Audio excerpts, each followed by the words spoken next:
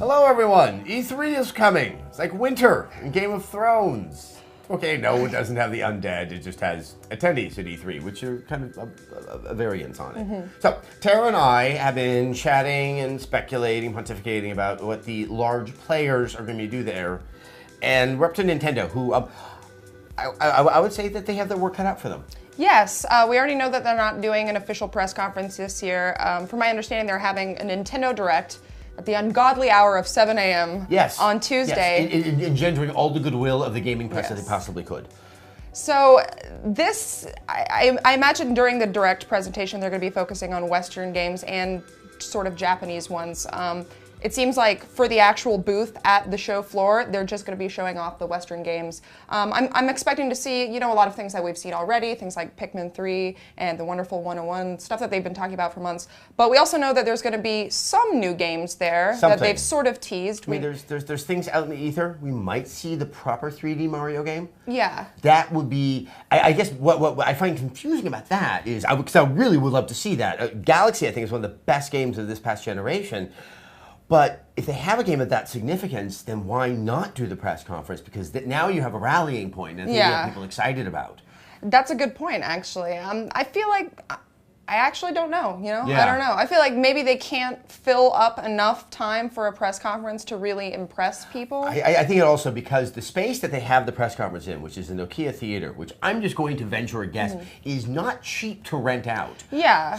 They are still using that, but that's where they're talking to their retailers and to their business partners.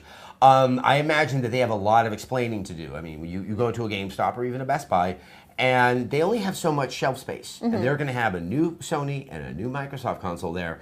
They have to make an explanation as to why they should also be carrying Wii U's since sales have been so bad, and there really is this uncertainty as to what the software is going to look like at the end of the year, and that's what's really going to be selling a Wii U. Yeah, and I think right now they're sort of trying to appeal more to the audience than to the actual members of the game press. They're going to have these demo stations set up at Best Buy locations around the country where people will be able to go and play the games. Some of the games. Some of the games. Some of the games. I mean, and that could be very 3DS focused, where they are showing a lot of strength. I recently went to an event. I think it's probably going to be at E3. The kind of spiritual successor to Link to the Past on the 3DS is really, really cool. Yeah. I think the thing is, are we going to see anything Zelda-like on the Wii U? I mean, there is that Wind Waker that's supposed to be remaking. It's not the best. I don't think it's what everyone wants to see, but it's something out there to look like, okay, look, there's some games that I would be intrigued in playing. Yeah, there's Pikmin, which I still don't think is a system seller. I think the people who already have the Wii U are the ones who would be buying Pikmin. Exactly. I'm trying to figure out, without the press conference, how they can generate that enthusiasm. I know from my days at G4, when we were doing the live broadcast, the highest ratings was Nintendo. I mean, there was just so much kind of loyalty there. And there used to be that, when you would go to E3 and there'd be the running of the nerds when the doors open, a large school of gamers. Are they schools? Or maybe it's a murder of gamers. They would be heading for the Nintendo booth.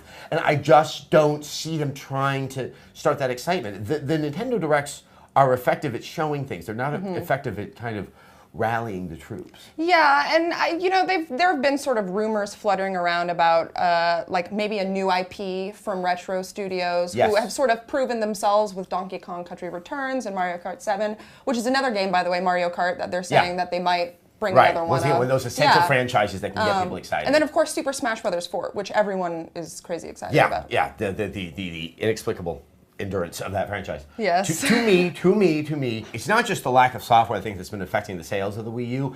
I think it's overpriced. The proper model is pushing $300. I think there is a chance that we're going to see either a PlayStation 4 or an Xbox One coming in with a subsidized. This means you buy a PSN or an Xbox Live account that could actually put it very close to what $300 is. That's not going to be good for the Wii U. The yen is not as overvalued as it has been. That could give Nintendo some easier leeway to get the price down to something a little bit more competitive. But I think we said, like, without the software, a price drop really is kind of meaningless. Yeah, I mean, they've got to make that money back somewhere, and they just don't have the lineup right now to really justify a price drop. I wouldn't be surprised if something like that happens later in the year, like before holiday seasons, like around the same time that the Xbox and PS4. And the thing is, I guess that could be the biggest surprise we get out of Nintendo, because that would mean that they have to have a signature piece of software. It's not called Pikmin that comes out at the end of the year that really kind of makes the Wii U a must-have, as I hate to say it, a second console for a lot of people, or at the very least, just get some stimulation in it by having people finally buy some software for the system.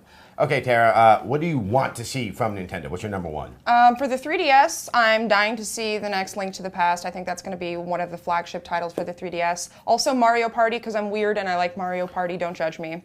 For the Wii U, I think I'm actually most excited to see Sonic Lost World. I was always more of a Sega girl than a Nintendo girl. So. Wow, I mean, yeah, I'm cool on the Sonic, but this looks like at least an A for effort is coming out of Lost World. I'm with you in the 3DS. Link to the Past, Link to the Past, Link to the Past. I know that we're expecting to see something that's Mario. I'm hoping that what we see is an actual sense of the game, and if they have a mechanic as inventive as what the Gravity did in Galaxy, that would definitely get my heart going. But having said that, these three big games we've been talking about, you know, maybe a Mario Kart, Super Smash Brothers, and a Mario game. Do you think we're gonna actually see these come out this year? It's hard to say. I feel like they should try to get them out before holiday season because, you know, come the beginning of next year, a lot of people aren't going to care anymore, especially with the new consoles being launched. I feel like the Mario games, I feel like that could wait until 2014 because that's kind of always given, right? They always have a Mario game in development somewhere. So they don't really have to kind of beat the rush for that one. For Sonic, I would be very surprised if it did not come out this year. Yeah, I expect Sonic this year, but in terms of the three big Nintendo games, I think if they were coming out this year, we'd be going to a press conference.